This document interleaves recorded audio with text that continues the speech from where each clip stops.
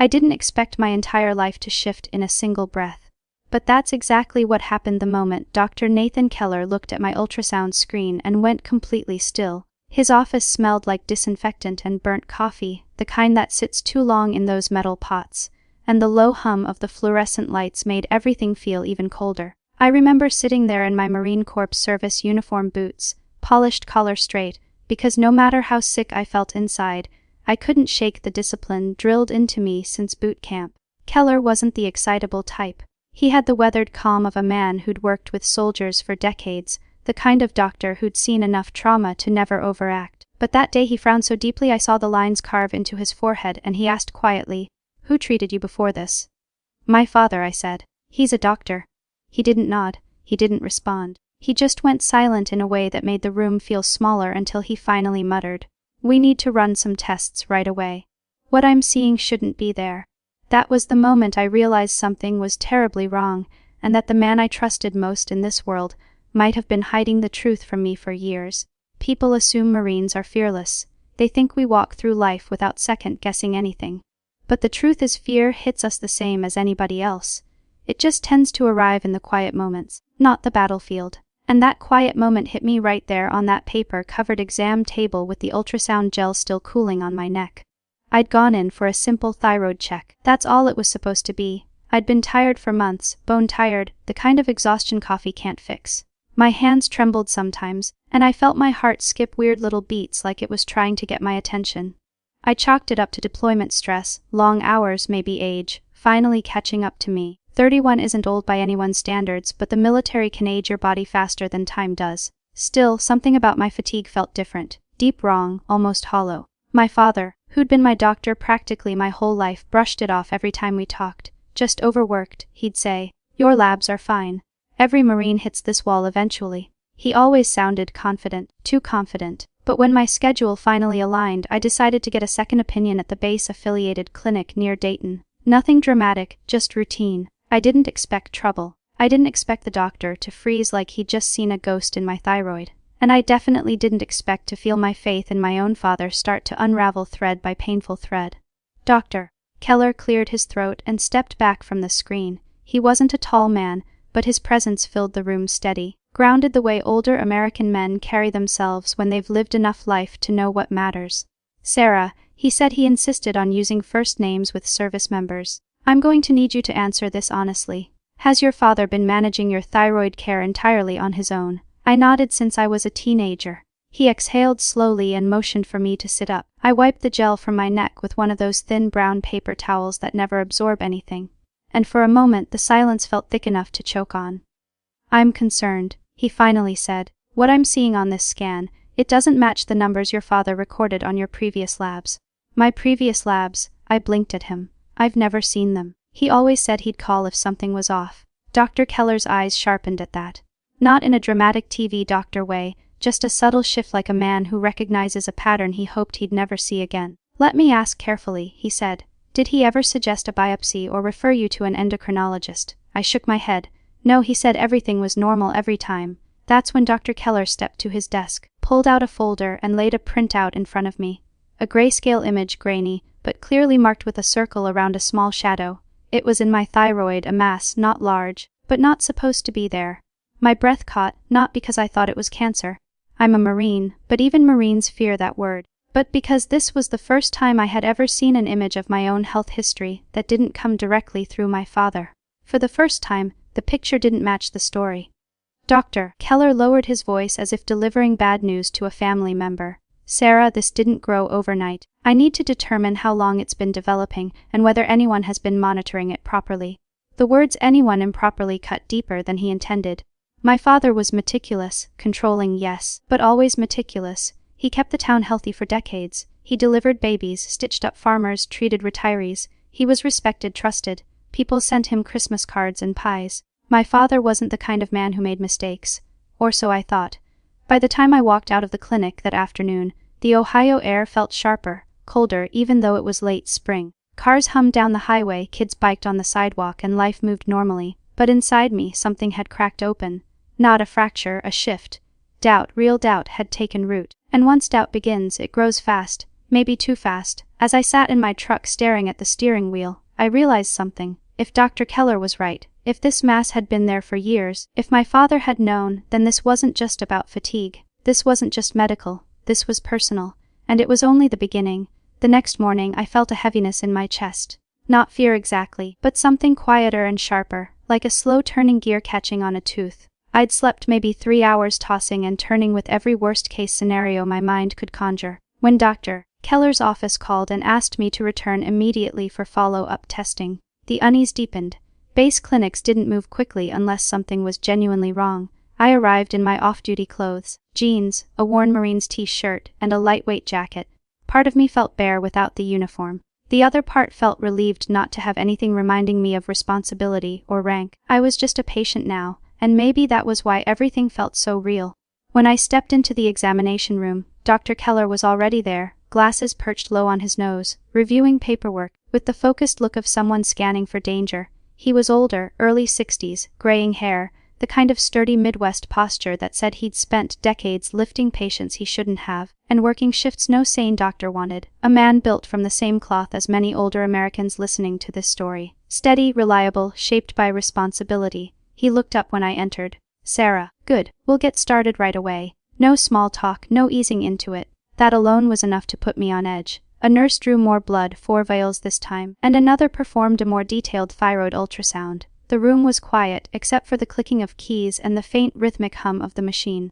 Finally, Dr. Keller pulled up a chair and sat across from me. His movements were slow and deliberate, like he was arranging the moment. "All right," he said softly. "Let's talk." My pulse kicked up a notch. He laid out 2 pages, one showing the scan he took yesterday. The other, a photocopy of my most recent lab report submitted by my father's office. I immediately noticed the numbers didn't match. Not even close. "Do you see this?" he asked, pointing to a hormone level. "According to your father's records, your TSH levels were completely normal 9 months ago. And now I ask. Now they're extremely elevated, but not in a way that suggests a sudden change. This looks chronic, years in the making." I stared at the numbers as if they belonged to someone else. "But I was fine last year. I ran a 6-mile course on base without issue," he nodded. "Your symptoms are catching up now. That happens. So, you're saying this mass, it's been there for a while. Longer than you've been told," he said gently. "Possibly since your late teens." My stomach tightened. My late teens were when my father became 10 times more protective when he insisted only he should handle my medical care. At the time, I thought he was just old-fashioned, maybe a little overbearing. Now I wasn't so sure. Dr. Keller continued, "I'm also concerned about the medication levels we found in your blood." That caught me off guard. Medication? "I'm not taking anything except a daily multivitamin." He pushed a sheet forward. "This is what we detected." I skimmed the list. Low traces of a thyroid suppressant. Something I never would have been prescribed. Something I didn't even recognize. I don't take these," I whispered.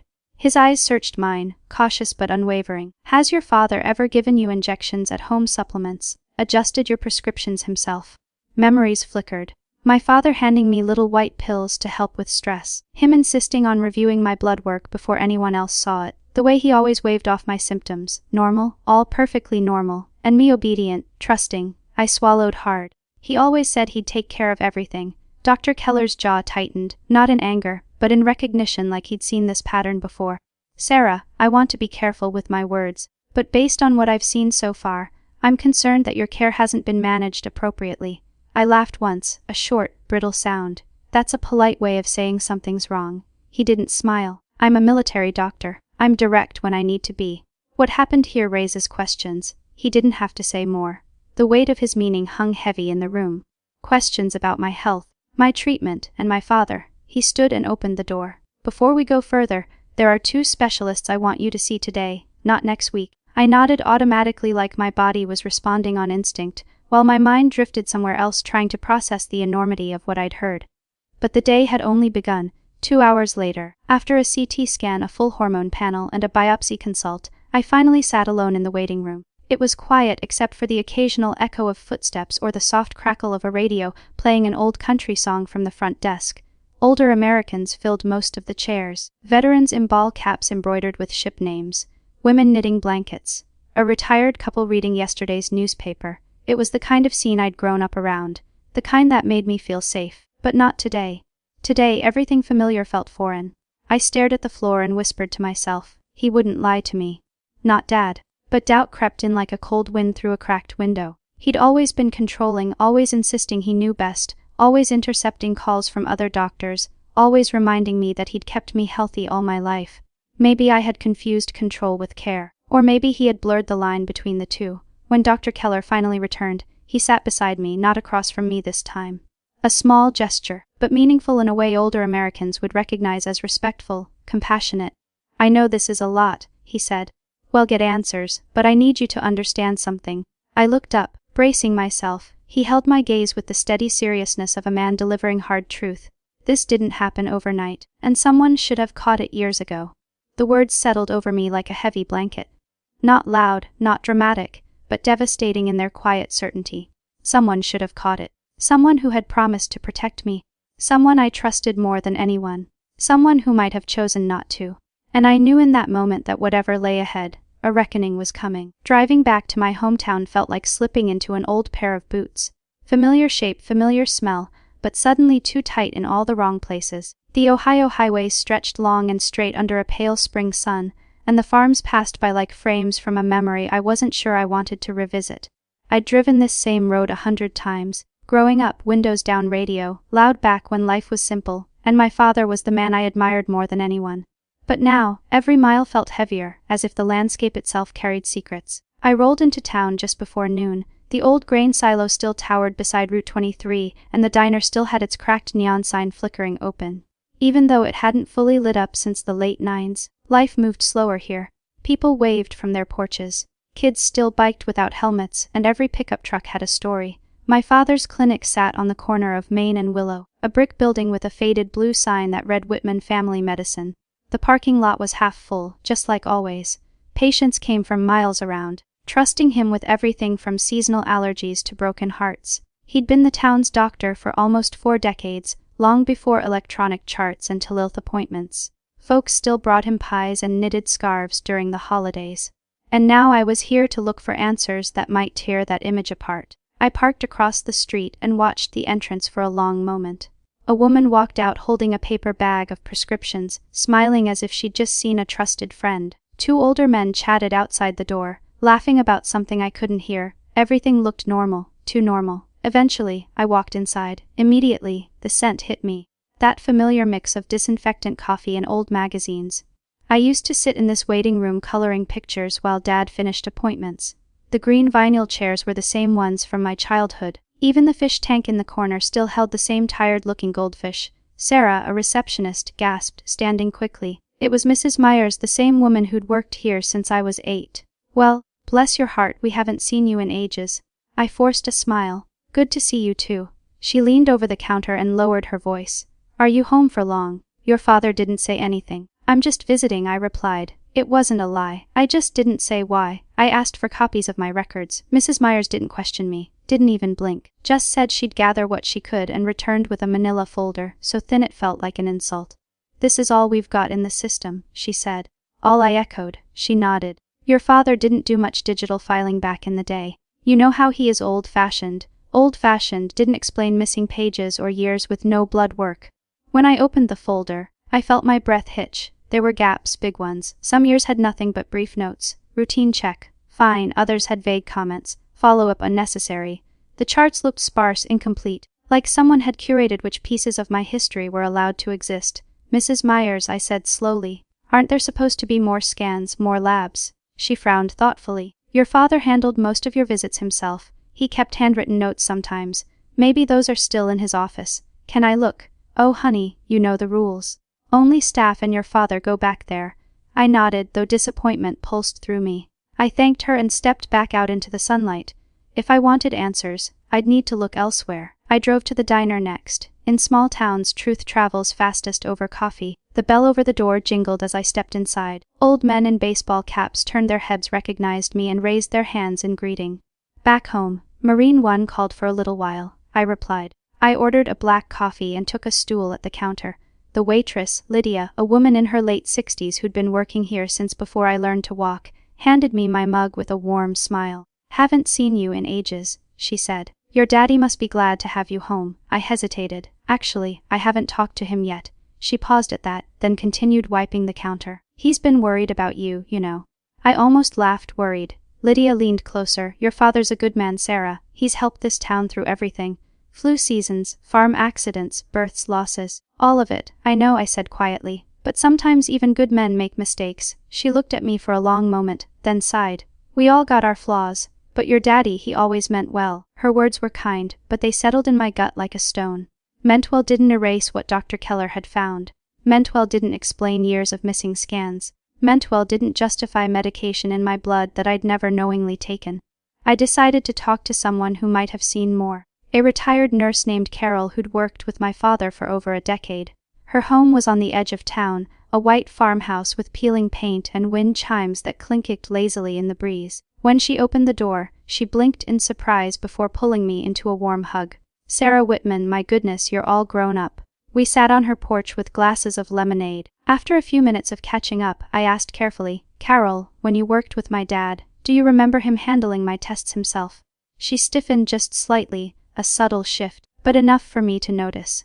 Well, she said slowly, your father always preferred to manage your care personally. He didn't trust others to handle things properly, as he used to say. Did that seem odd to you? She hesitated. Back then, maybe a little, but he was your father. Parents do strange things out of protectiveness. I nodded. Do you think he might have missed something? She looked down at her lemonade. I think your father sometimes believed he knew best, even when he didn't. It wasn't the confirmation I wanted, but it was enough to validate my fear. Driving away, I stared at the road ahead, heart pounding. Everyone in town loved him. Everyone trusted him. But love and trust could blind people to the truth. My father had built a fortress of goodwill around himself, a fortress I was now about to challenge. And deep down, I sensed that once I crossed the next line, there would be no going back. What scared me most wasn't the possibility that he made a mistake, it was the possibility that he knew and that he chose not to tell me. By the time I pulled into my parents' driveway, the late afternoon sun cast long, thin shadows across the lawn, the kind that make everything look a little older, a little more fragile. The house I grew up in sat exactly as I remembered. White siding, blue shutters, a porch swing that creaked when the wind hit it just right. Nothing had changed, and that was precisely what made my chest tighten. I wasn't ready for this. Not mentally, not emotionally, but some conversations don't wait for readiness, they demand to be had. My mother opened the door before I even knocked. She must have seen my truck roll in. Sarah, she exclaimed, pulling me into a tight hug, her perfume smelling exactly like the one she'd worn every Sunday since I was a kid. Why didn't you call? You look thin, sweetheart. I'm fine, Mom, I murmured, though I wasn't sure I believed it anymore.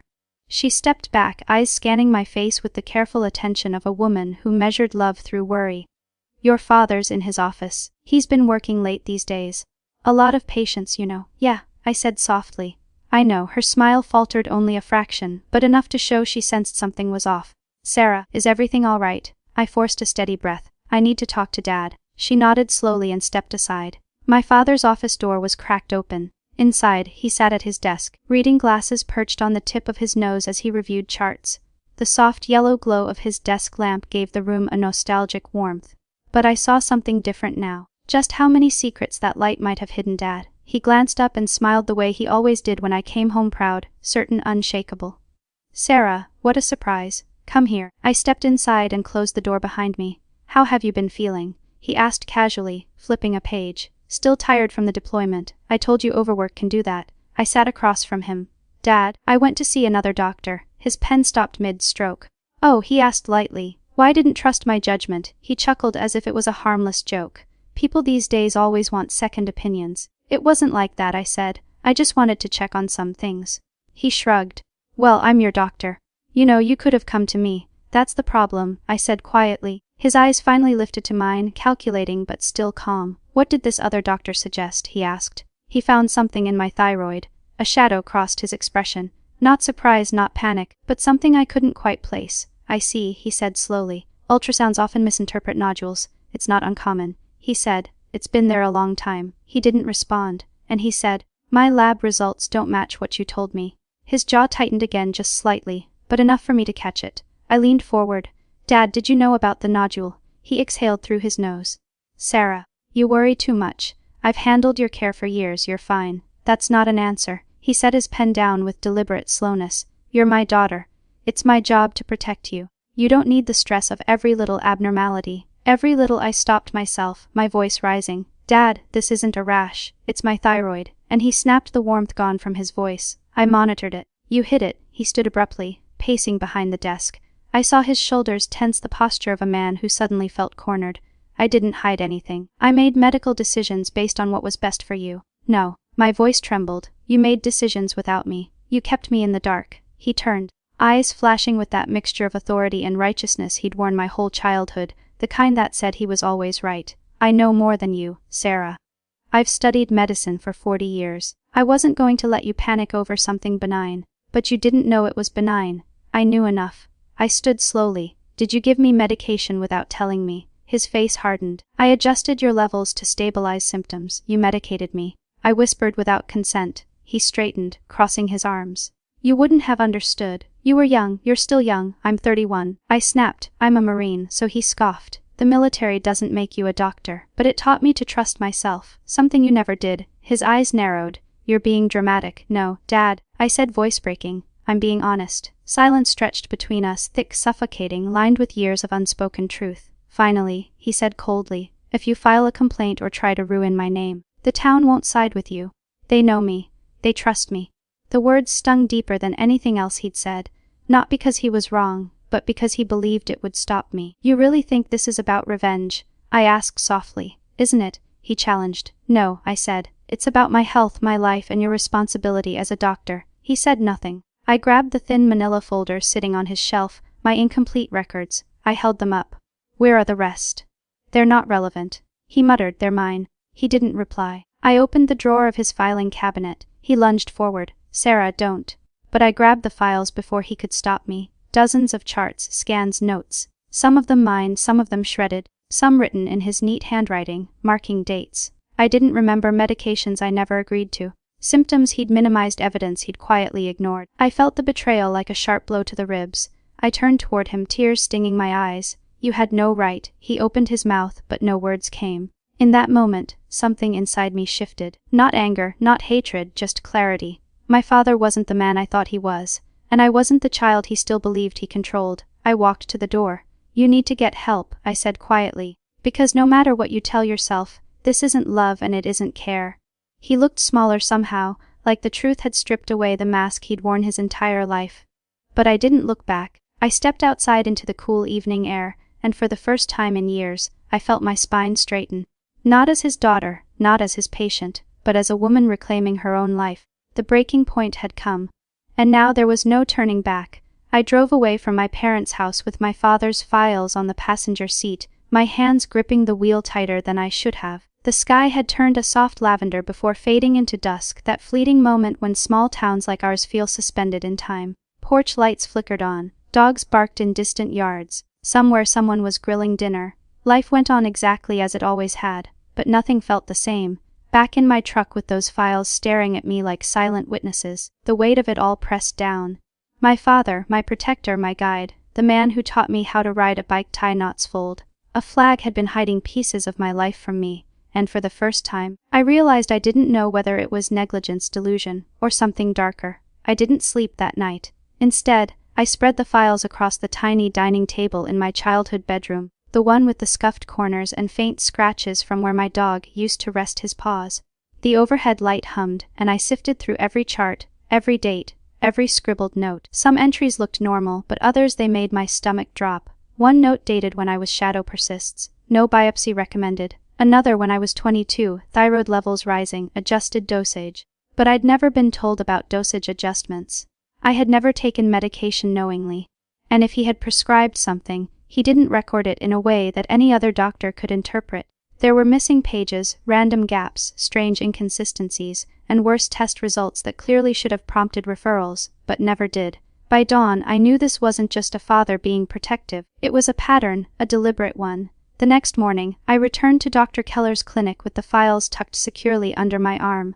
When he stepped into the room and saw the stack, his face tightened, not with anger but with a resigned understanding, like he'd hoped he was wrong about my father, even if he feared he wasn't. "Let me see," he said gently. For over an hour, he flipped through the pages, stacking certain papers into a neat pile and setting others aside. His frown deepened with every missing record, every unsecured prescription, every unread red flag. Finally, he removed his glasses and rubbed the bridge of his nose. Sarah, this isn't standard care. Not even close, I swallowed. What does it mean? It means your father knowingly withheld information that could have changed the course of your treatment. It also means he was prescribing medication, likely thyroid suppressants, without documentation. So, he knew, I whispered. He knew about the mass for years. Dr. Keller didn't soften the truth. Yes, the confirmation hit like a blow. Even though I'd already suspected it, I felt that strange combination of numbness and heartbreak, the kind that comes when betrayal stops being theoretical and becomes real. What happens now? I asked. He leaned forward, voice steady. I'm obligated to report this to the state medical board, but you need to file your own report as well, if you're willing. It carries more weight coming from a patient and even more from a service member. I stared at the table. This could destroy him, and not reporting it could hurt someone else. He said quietly. Those words settled over me like a truth I didn't want but couldn't deny. That afternoon I went to speak with former patients. Not out of revenge, not yet, but because I needed to understand the full scope of what had been happening in that clinic on Main and Willow.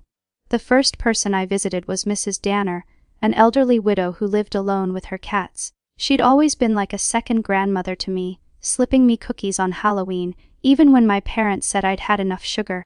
When I told her I was looking into Dad's medical practices, she hesitated, fingers tightening around the handle of her teacup. He was always kind, she said, but he sometimes brushed things off. I had a lump years ago under my arm. He said it was nothing, but when I finally went for a second opinion in Columbus, it turned out to be early-stage cancer. Did you confront him? I asked. She shook her head. I didn't want trouble, and he meant well. That phrase again, meant well. How many wounds in this world were dismissed under those two words? Next, I visited a retired farmer, Mr. Cutter, whose weathered face and sun-beaten arms told stories he didn't have to speak aloud. Your daddy was good to me, he said. But he missed something with my blood pressure. Almost had a stroke. Did you tell anyone? He scoffed. This town doesn't turn against its own. I nodded slowly. That was the heart of it. A small town can protect you or blind you. The final person I visited was Carol, the retired nurse. She met me on her porch again, gripping a folder of her own. I wasn't sure if I should tell you this, she said, handing it over. But I think you deserve to know. Inside were copies of old lab reports, ones that should have been in my father's files, but weren't.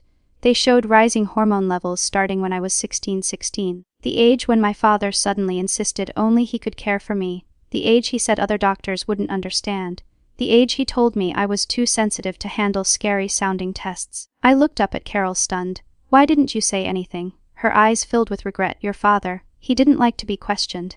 And I was younger then, afraid of losing my job. I felt sick. Terribly, deeply sick, not just from what he'd done, but from how many people had enabled him through silence. By evening I was back at Dr. Keller's clinic, sitting across from a state investigator, a woman in her late 50s with silver hair and a firm, practiced manner that told me she'd heard stories like mine too many times.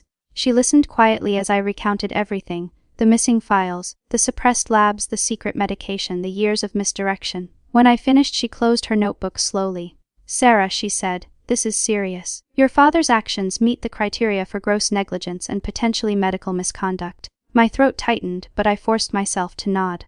What happens next? I asked. We'll conduct a formal investigation. There may be a hearing. Your testimony will be important. I stared down at my hands, realizing they were trembling, not from fear, but from resolve. I was a Marine, and Marines don't run from battles, especially ones that matter. Even when the enemy is someone you love. The official hearing took place on a Tuesday morning, the kind of morning when the sky looks washed, clean, pale blue with a thin veil of clouds. I arrived early, wearing my Marine Corps service uniform, not for intimidation, but for steadiness. Something about the weight of the fabric, the crispness of the creases reminded me who I was beneath all the confusion, grief, and anger. A woman who had survived deployments, hardship, and loss. I could survive this too. The building itself was plain tan brick, 3 stories with a flag out front that swayed gently in the breeze. The state medical board wasn't a grand courthouse or a dramatic courtroom. It was just another state office with dull carpeting and humming fluorescent lights. But to me it felt like a battlefield. When I stepped into the waiting area, my stomach tightened. My mother sat on one of the hard-backed chairs clutching a tissue in her hand. She stood the moment she saw me. Sarah, she whispered, voice breaking. You don't have to do this. I met her eyes, feeling the weight of years of love tugging at me. Mom, I do. She shook her head, tears welling. Your father, he's trying his best to hold it together. I'm not here to destroy him, I said gently. I'm here because what he did was wrong and someone needs to say it out loud. Before she could respond, the door to the hearing room opened. A staff member called my name. My mother squeezed my arm once, a silent plea I couldn't answer, and I walked inside. The hearing room was small, with a long rectangular table facing a row of seats where the board members sat. They were mostly older Americans, gray hair, reading glasses, calm expressions, people who had spent decades practicing medicine, teaching it or regulating it, people who understood the magnitude of what had happened. My father sat at the table, already flanked by an attorney. He didn't look at me. His jaw was tight, shoulders stiff, the lines in his face deeper than I remembered. He looked smaller than he ever had in my childhood memories, like the weight of truth had finally settled on him. "Good morning," the chairwoman said. "We're here to review concerns regarding Dr. Robert Whitman's medical practices and potential negligence involving the care of his daughter, Miss Sarah Whitman." Hearing my name spoken like that clinically formally made the room feel colder. The board began questioning my father first, asking him about my records, treatment decisions, and why he never referred me to an endocrinologist. His answers came clipped, forced. "I monitored her," he repeated. "She was under my care. I believed I could manage her condition. Why were the records incomplete?" Someone asked. He hesitated. "Clerical oversight. And the undocumented medication adjustments," another member pressed. He swallowed hard again. "I believed I was doing what was best." Each answer felt like a stone dropped into a deep well, hollow empty. Then it was my turn. I stood and approached the table. "Miss Whitman," the chairwoman began, "can you describe your medical history as you understand it?" I told them everything. My symptoms, the years of fatigue, the missing labs, the medication traces I never knowingly took, the conversations where Dad brushed off my concerns, the files I found, the truth Dr. Keller uncovered. I spoke calmly, my voice steady, but waited. I wasn't here to dramatize. I was here to tell the truth, something my father had avoided for far too long. When I finished, the room fell silent. My father finally looked at me. His eyes were red, and for the first time in my life I saw fear in them. Not fear of losing his license, but fear of losing me. "Sarah," he said softly, "I never meant to hurt you." Hearing him say my name with that trembling voice nearly broke me, but the hurt ran too deep. "You had so many chances to tell me the truth." I whispered. "Why didn't you?" He closed his eyes. "Because I knew you'd leave." I froze. He opened his hands helplessly. "When you joined the Marines, I felt you slipping away. Every year, every deployment. I couldn't protect you anymore. Medicine was the only way I still felt needed." My heart clenched, but not with sympathy, more with sorrow. "Dad," I said quietly, "love doesn't look like control, and protection doesn't look like deception." He broke then, subtly, but undeniably. His chin quivered, his breath hitched, and he sat back down as if the strength had left his body. The board recessed for deliberation. I stepped outside into the hallway where my mother waited. She touched my arm again. "You were strong," she said, voice trembling. "But this is going to change everything." "I know," I replied. "And you're sure this is what you have to do?" I nodded, not for revenge, for the truth. She looked down, tears falling onto the floor. When the board returned, the room felt heavier than before. The chairwoman cleared her throat.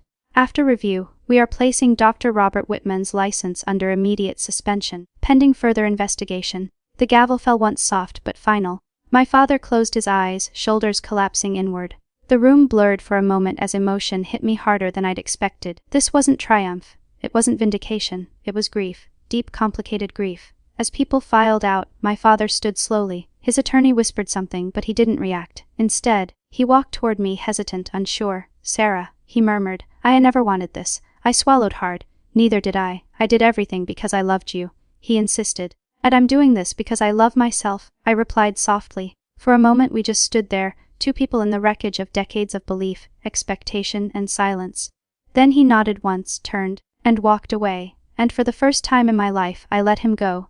Outside, the air was crisp, carrying the faint scent of cut grass from the maintenance crew nearby. As I stepped into the sunlight, I felt something inside me loosen. Not joy, not victory, but a release, like a knot finally untangled. This battle wasn't over, but the truth was out. And that was the first step toward healing for him. For me, for all the people he'd hurt without ever realizing it. In the weeks following the hearing, life settled into a kind of quiet I hadn't felt in years. It wasn't peace, at least not yet, but it was stillness, a chance to breathe, a chance to let the dust settle after the emotional earthquake that had shaken my family and my hometown. I spent more time at the base clinic, not as a patient, but as a volunteer for the Veterans Support Group. We'd sit in a circle, mostly older veterans, a few retirees, and the occasional young service member, just trying to make sense of things. Sometimes we talked about war, sometimes about grief, sometimes about nothing more than the weather. But what mattered was that we talked. I found comfort there, a rhythm, a sense of belonging that didn't depend on anyone controlling or directing my life. My health improved slowly under proper treatment. The new medication balanced my hormone levels. The fatigue eased little by little. My hands grew steadier. The fog in my mind lifted. And with each improvement I realized how much of myself I'd been living without for years. One afternoon, while waiting for lab results, I sat in the clinic courtyard watching a pair of older veterans feed peanuts to the squirrels. They laughed, recalling stories of their youth, their service, their families. It struck me then how deeply Americans over 60 understood something younger people often missed. That life wasn't about perfection. It was about resilience, endurance, choosing to heal even when healing hurt. Maybe that was why I felt drawn to them, and why I wanted to share my story someday with people like them. They'd understand. They always did. A week later, my mother called. "Your father wants to see you," she said softly. "He's different now. Quiet, thinking a lot." I didn't answer right away. "I'll come by later this week," I finally said. When I hung up, I sat with that decision for a long while. Part of me wasn't ready. Part of me wondered if I ever would be. But another part, the Marine part, the daughter part, knew closure wasn't something that happened by avoiding pain. It happened by walking through it. And so on a cool Thursday evening I went. My father was in his study, sitting in the same chair where I'd confronted him weeks earlier. But this time he wasn't surrounded by charts or paperwork. His desk was nearly bare, save for a framed photo of us when I was a toddler, me in a tiny Marindy shirt. Him beaming like the world had handed him a miracle. When he looked up, I didn't see authority or arrogance. I saw defeat and remorse and fear.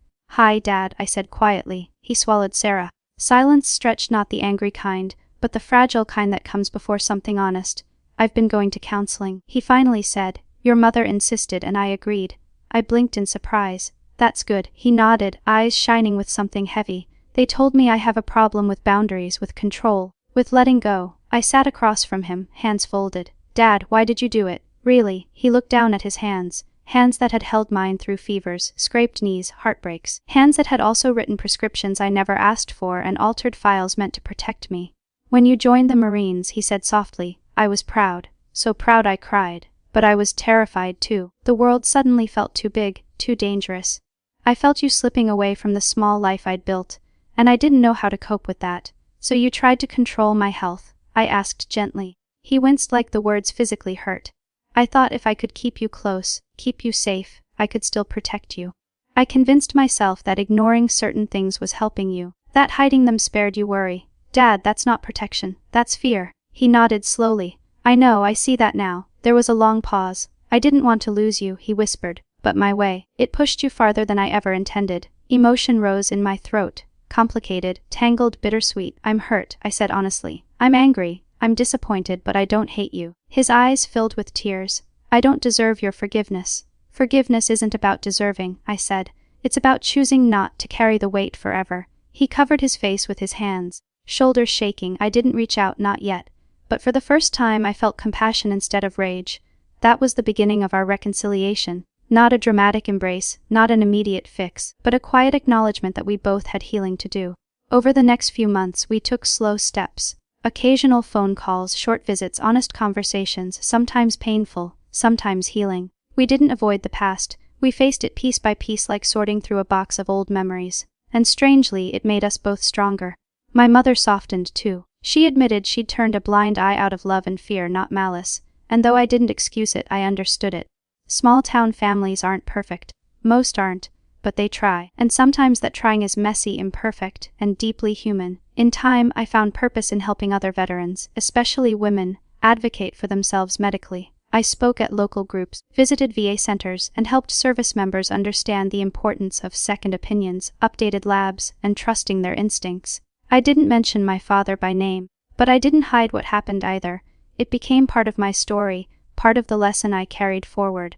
And older Americans, especially those who'd lived through decades of evolving medicine, understood the message instantly. Your health is your responsibility. Ask questions. Seek truth. Don't be afraid of second opinions and don't confuse control with love. Looking back now, I don't regret standing up for myself. I don't regret bringing the truth forward. And I don't regret forgiving my father. Those choices shaped me into someone stronger, wiser, and more compassionate. Because forgiveness isn't surrender, it's release. A choice to let go of the weight so you can walk forward freely.